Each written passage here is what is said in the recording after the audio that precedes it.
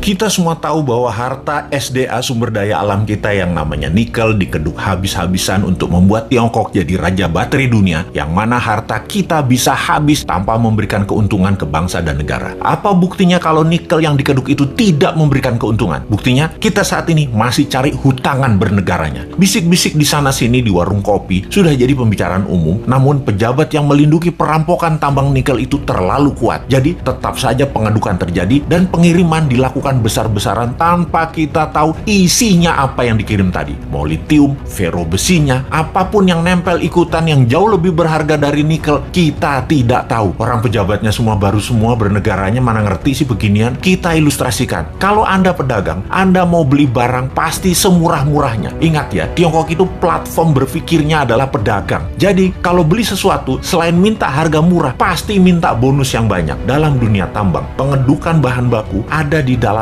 masih all in. Semuanya masih ada. Mulai dari barang berharga, katakanlah nikel, ada juga impuritiesnya atau barang yang tidak pure, atau barang yang tidak murni, atau barang yang tidak diperlukan, seperti tanah dan lain sebagainya. Masih tercampur. Lalu dibersihkan. Macam-macam cara pembersihannya. Ada di leaching, diproses. Tujuannya untuk membuang barang yang tidak dibutuhkan. Katakanlah 75% terbuang, tinggallah 25%. Kalau dibawa 100% ke Tiongkok, yang 75% tadi adalah taiknya tambang yang nggak diperlukan. Taiknya mah tinggal di Indonesia aja. Makanya sekali lagi, taiknya dibuang di Indonesia aja. Kalau tadi dari 1 ton produksi tambang nikel ada 2% kandungannya. Setelah diproses tinggal 25%, nikelnya tetap 2%, tapi bukan dari 1 ton, dari 250 kilo. Nah, dalam 250 kilo ini ada fero juga, ada litium juga, ada macam-macam yang dibayar yang paling murah. Yang dibayar apanya? Nikelnya doang. Feronikel, nikel laterit, dan banyak lagi unsur logam dan mineral yang sudah disarikan tidak dibayar oleh Tiongkok. Kita asli bernegara ini bodoh memang. Dan penjajah perampok itu dikasih karpet merah lagi, dilindungi, dan tidak ada yang sadar. Kalau ada yang sadar, maka segerombolan buzzer pecinta cuan anti NKRI mulai memecah belah bangsa dan mencari sisi positif yang kecil dibesar-besarkan dari sisi bosnya, tapi mencari sisi buruk, pengkritisi tanpa solusi, dan diputer-puter beritanya agar rakyat tahu pengkritisi itu dosa. Apa yang terjadi kalau hal ini didiamkan dalam jangka pendek? Bukan dalam jangka panjang ya, pendek ya. Negara kita akan miskin, pejabatnya makin kaya, rakyat nambah lapar. Kita hanya mengingatkan arahnya nantinya. Sebagai contoh sejarah kebodohan penguasa atas kelolaan sumber daya alam, kita mau kasih ilustrasi. Ada 3 negara yang akan kita pakai jadi contoh kali ini, yaitu Nauru, Venezuela, Zimbabwe. Fosfat oil business berliannya Zimbabwe. Nauru di tahun 1980-an, negara dengan 7.000 populasi adalah negara yang sangat kaya, bahkan negara terkaya di dunia. Nauru adalah salah satu negara di selatan Pasifik. Nauru menghasilkan fosfat, bahan baku untuk pupuk. Saking kayanya, semua warganya digratiskan untuk melakukan apapun, sampai keluar negeri dibayarin pemerintah, diongkosi. Dan ada joke di sana, dolar itu hanya toilet papers. Dan ini bukan kiasan, dipakai beneran untuk ngelap pantat beneran. Lalu hasil alamnya ternyata habis 20 tahun kemudian. Dan Nauru saat ini menjadi sangat miskin ya.